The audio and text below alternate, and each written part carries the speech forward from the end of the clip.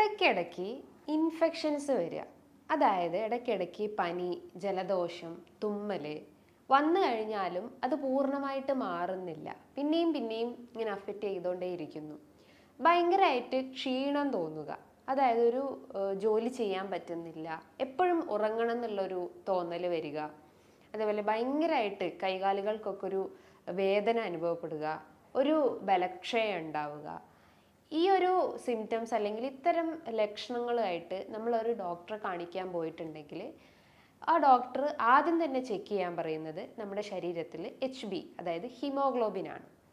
അപ്പം നമ്മുടെ ശരീരത്തിൽ ഈ ഹീമോഗ്ലോബിൻ കുറഞ്ഞാൽ കാണിക്കുന്ന ലക്ഷണങ്ങൾ എന്തൊക്കെയാണ്, ഇത് കുറഞ്ഞാൽ നമുക്ക് എങ്ങനെ അത് കൂട്ടാം, അല്ലെങ്കിൽ നമ്മളെ ഭക്ഷണത്തിലൂടെ അതെങ്ങനെ നമുക്ക് വർദ്ധിപ്പിക്കാമെന്ന് ഇന്നത്തെ വീഡിയോയിലൂടെ നമുക്കൊന്ന് ഡിസ്കസ് ചെയ്യാം.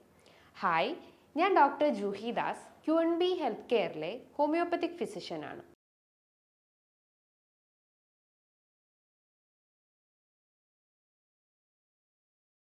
നമുക്കറിയാം, നമ്മുടെ ശരീരത്തിലെ നമ്മുടെ ശരീരത്തിൽ രക്തത്തിന് ചുവന്ന കളറ് കൊടുക്കുന്നതാണ് ഹീമോഗ്ലോബിൻ എന്ന് പറയുന്നത്. അത് ഓക്സിജൻ ക്യാരി ചെയ്യുന്നു, ഒരു കോശങ്ങളിൽ നിന്ന് മറ്റൊരു കോശങ്ങളിലേക്ക് ഓക്സിജൻ ക്യാരി ചെയ്യുന്നു. അതിൻ്റെ ഒരു നോർമൽ വാല്യൂ എന്ന് പറയുമ്പം 12 മുതൽ 14 മില്ലിഗ്രാം പെർ ഡെസിലിറ്റർ ആണ് സ്ത്രീകളിൽ നോക്കുകയാണെങ്കിൽ. പുരുഷന്മാരിൽ നോക്കുകയാണെങ്കിൽ 14 മുതൽ 18 മില്ലിഗ്രാം ഡെസിലിറ്റർ ആണ് പുരുഷന്മാർ കേസ് നോക്കുകയാണെങ്കിൽ. ഈ ഒരു നോർമൽ വാല്യൂസിൽ നിന്ന് അത് കുറഞ്ഞു പോകുമ്പോൾ, അല്ലെങ്കിൽ ആ നോർമൽ വാല്യൂയിൽ നിന്ന് അത് ബിലോ ആവുമ്പോൾ, 12-ൽ താഴെ ആവുമ്പോഴോ അല്ലെങ്കിൽ 14-ൽ താഴെ ആവുമ്പോഴാണ് നമ്മൾ അനീമിയ അല്ലെങ്കിൽ വിളർച്ച എന്ന് പറയുന്നത്. ഈ വിളർച്ചയുടെ ലക്ഷണങ്ങൾ എന്ന് പറയുമ്പം പ്രധാനമായിട്ടും അതിശക്തമായിട്ടുള്ള ക്ഷീണം അനുഭവപ്പെടാം. ക്ഷീണം എന്ന് പറയുമ്പോൾ എന്താ, ഒരു ജോലി നമുക്ക് ചെയ്യാൻ പറ്റുന്നില്ല, അല്ലെങ്കിൽ ഒരു ജോലി നമ്മൾ ചെയ്യാൻ തുടങ്ങിക്കഴിഞ്ഞാലും നമുക്ക് ഭയങ്കരമായിട്ട് ക്ഷീണം വരിക, ഇടയ്ക്കിടയ്ക്ക് ഇങ്ങനെ ഉറക്കം തൂങ്ങിയിരിക്കുക. ഒരു ഡേ ടൈം നോക്കുവാണെങ്കിൽ, അല്ലെങ്കിൽ ഒരു ജോലിയിൽ ഇൻവോൾവ് ചെയ്യാൻ നോക്കുമ്പോൾ ഭയങ്കരമായിട്ട് ഉറക്കം തൂങ്ങിയിരിക്കുന്നൊരവസ്ഥ ഉണ്ടാവുന്നു. ഓർമ്മക്കുറവിൻ്റെ പ്രശ്നങ്ങൾ ഉണ്ടാവുന്നു. കുട്ടികളിൽ നോക്കുകയാണെങ്കിൽ ഓർമ്മക്കുറവിൻ്റെ ഇഷ്യൂസ് ഉണ്ടാവുന്നു, കുട്ടികൾക്ക് പഠിക്കാൻ പറ്റുന്നില്ല, അല്ലെങ്കിൽ കോൺസെൻട്രേഷൻ്റെ പ്രശ്നങ്ങൾ ഉണ്ടാവുന്നു, ഭയങ്കരമായിട്ട് വീക്ക്നെസ് ഉണ്ടാവുന്നു. കുട്ടികളായാലും കൂട്ടുകൂടുന്നില്ല, അല്ലെങ്കിൽ എപ്പോഴും കുട്ടികൾക്കൊരു ക്ഷീണം മാത്രം അനുഭവപ്പെടുന്നു. അതോടൊപ്പം തന്നെ കാലുകൾ നോക്കുകയാണെങ്കിൽ ഭയങ്കരമായിട്ട് ബലക്ഷയം ഉണ്ടാവുന്നു, അതായത് എസ്പെഷ്യലി കാഫ് മസിൽസ് ഒക്കെ ആയാൽ ഭയങ്കരമായിട്ട് ബലക്ഷയം ഉണ്ടാവുന്നു. അതോടൊപ്പം തന്നെ അതായത് കൈ, നഖം, നമ്മുടെ സ്കിന്ന്, നമ്മുടെ ഹെയർ, ഇതിനെല്ലാം ഭയങ്കരമായിട്ടൊരു വീക്ക്നെസ് അനുഭവപ്പെടുന്നു. സ്കിന്ന് നോക്കുകയാണെങ്കിൽ, അല്ലെങ്കിൽ നമ്മുടെ നഖങ്ങൾ നോക്കുകയാണെങ്കിൽ ഇങ്ങനെ സ്പൂണ് പോലെ, അല്ലെങ്കിൽ സ്പൂൺ ഷേപ്ഡ് ആയിട്ടുള്ള നഖങ്ങളായിട്ട് വരുന്നു. അതുപോലെ കൈയും നഖങ്ങൾക്കും ഭയങ്കരമായിട്ട് വിളർച്ച അനുഭവപ്പെടുക. നമ്മൾ ജസ്റ്റ് ഒരു സെക്കൻഡ്, അല്ലെങ്കിൽ ഒരു 2-3 സെക്കൻഡ് നമ്മൾ ജസ്റ്റ് ഇങ്ങനെ ഒന്ന് ഹോൾഡ് ചെയ്ത് നിർത്തുക. അങ്ങനെ ഹോൾഡ് ചെയ്ത് നിർത്തിയിട്ട് ജസ്റ്റ് ഒരു സെക്കൻഡ് കഴിഞ്ഞിട്ട് റിലീസ് ചെയ്ത് കഴിഞ്ഞാൽ യൂഷ്വലി അവിടെ ഒരു വൈറ്റ് ഡിസ്കളറേഷൻസ് ഉണ്ടാവും. പക്ഷേ അതായത് പെട്ടെന്ന് തന്നെ ആ ഒരു റെഡിഷ് ഡിസ്കളറേഷൻ വരാതെ ആ ഒരു വൈറ്റ് കളറിൽ തന്നെ ആ ഒരു സ്കിൻ എക്സിസ്റ്റ് ചെയ്യുകയാണെങ്കിൽ നിങ്ങൾ തീർച്ചയായിട്ടും HBൻ്റെ അളവ് നോക്കേണ്ടതാണ്. HBൻ്റെ അളവ് കുറഞ്ഞു കഴിഞ്ഞാൽ ഇത്തരം വിളർച്ച അല്ലെങ്കിൽ ഒരു വൈറ്റിഷ് ഡിസ്കളറേഷൻ കാണപ്പെടാനുള്ളൊരു ചാൻസസ് ഉണ്ട്.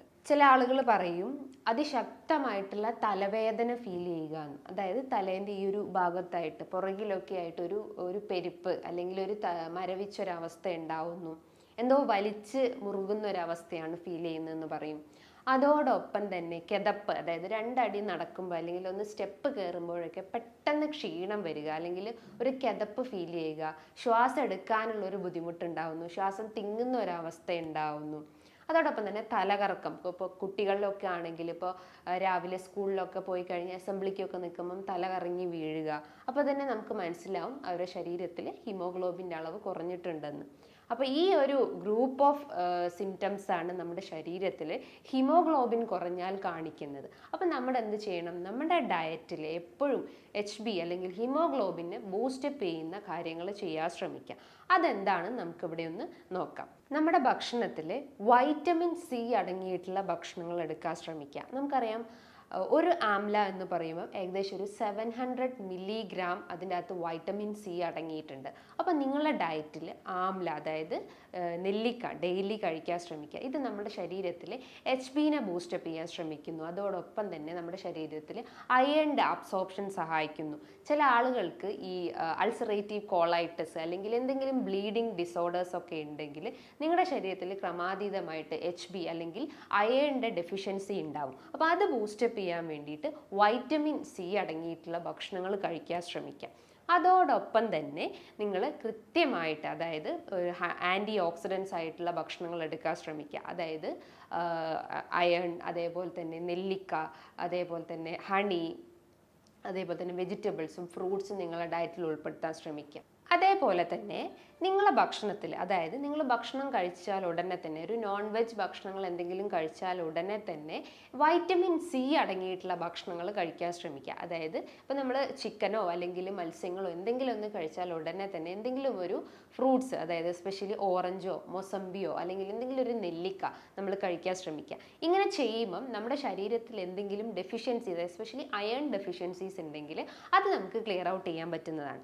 മറ്റൊരു പ്രധാനപ്പെട്ട ഒരു ടിപ്പ് എന്ന് പറഞ്ഞാൽ യോഗട്ട്, അല്ലെങ്കിൽ അധികം പുളിപ്പില്ലാത്ത ഒരു തൈര്, അതിൻ്റെ അകത്തേക്ക് ജസ്റ്റ് ഒരു ടീസ്പൂൺ ഹണി ആഡ് ചെയ്യുക. അങ്ങനെ കുടിക്കുമ്പോഴും നമ്മുടെ ശരീരത്തിൽ എഗെയിൻ ആ ഒരു അയണിൻ്റെ ആ ഒരു മെറ്റബോളിസം കറക്റ്റ് ആവുകയും കൃത്യമായിട്ട് നമ്മളെ ഭക്ഷണത്തിൽ നിന്ന് അയൺ വലിച്ചെടുക്കാൻ പറ്റുന്നതാണ്.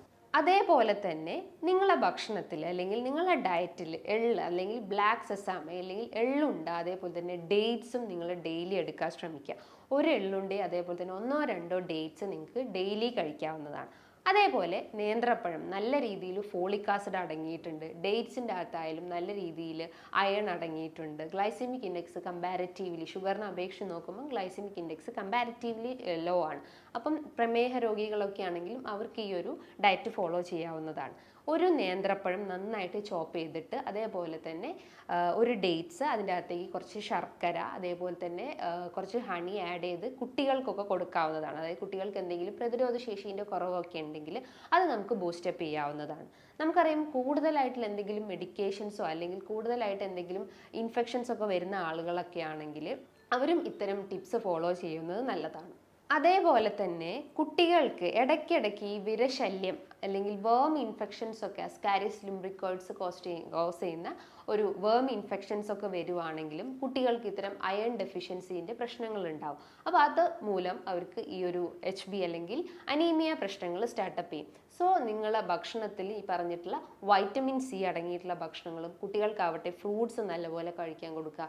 അതേപോലെ വെജിറ്റബിൾസും ഡെയിലി ഒരു നട്ട്സോ എന്തെങ്കിലും ഒരു സീഡ് ഐറ്റംസ് കുട്ടികളുടെ ഡയറ്റിൽ ഉൾപ്പെടുത്താൻ ശ്രമിക്കുക. ഇനിയിപ്പം കുറച്ച് പ്രായമായിട്ടുള്ള ആളുകൾക്ക്, അതായത് ദഹന സംബന്ധമായിട്ട് എന്തെങ്കിലും ബുദ്ധിമുട്ടുകൾ, IBS, ഇൻഫ്ലമേറ്ററി ബവൽ ഡിസീസ് പോലത്തെ എന്തെങ്കിലും നീർക്കെട്ടിൻ്റെ പ്രശ്നങ്ങളുള്ള ആളുകൾക്കായാലും ഇങ്ങനെ ബ്ലീഡിങ് ഡിസോർഡേഴ്സ് വരും. അപ്പോൾ അതുമൂലം ഇത്തരം അയൺ ഡെഫിഷ്യൻസിയും ഹീമോഗ്ലോബിൻ ഡെഫിഷ്യൻസിയും സ്റ്റാർട്ടപ്പ് ചെയ്യുന്നതാണ്. അപ്പോൾ ആ ഒരു അസുഖം നമ്മൾ ആദ്യം ക്ലിയർ ഔട്ട് ചെയ്യാൻ ശ്രമിക്കുക. അതിന് നല്ല രീതിയിൽ പ്രോബയോട്ടിക് ഭക്ഷണങ്ങൾ എടുക്കാൻ ശ്രമിക്കുക. അതായത് തൈര്, മോര്, അതേപോലെ തന്നെ പഴങ്കഞ്ഞിയൊക്കെ എടുത്തു കഴിഞ്ഞാൽ നമുക്ക് നമ്മുടെ ഗട്ടിലേക്ക് ഗുഡ് പ്രോബയോട്ടിക്സ് അല്ലെങ്കിൽ നല്ല രീതിയിലുള്ള ആ ഒരു ബാക്ടീരിയാസിനെ നമുക്ക് സപ്ലൈ ചെയ്യാൻ പറ്റുന്നതാണ്. ഈ പറഞ്ഞിട്ടുള്ള കാര്യങ്ങൾ നിങ്ങൾ കൃത്യമായിട്ട് ഫോളോ ചെയ്ത് കഴിഞ്ഞാൽ നമുക്ക് ഈ ഒരു ഹിമോഗ്ലോബിൻ ഡെഫിഷ്യൻസീസ് ഉണ്ടെങ്കിൽ അത് നമുക്ക് ക്ലിയർ ഔട്ട് ചെയ്യാവുന്നതാണ്. ഇനി ഇതുമായി ബന്ധപ്പെട്ട് നിങ്ങൾക്ക് എന്തെങ്കിലും സംശയങ്ങൾ ഉണ്ടെങ്കിൽ താഴെ കാണുന്ന നമ്പറിൽ ബന്ധപ്പെടുക. നല്ലൊരു ഹെൽത്ത് ടോപ്പിക്കുമായി വീണ്ടും കാണാം. താങ്ക്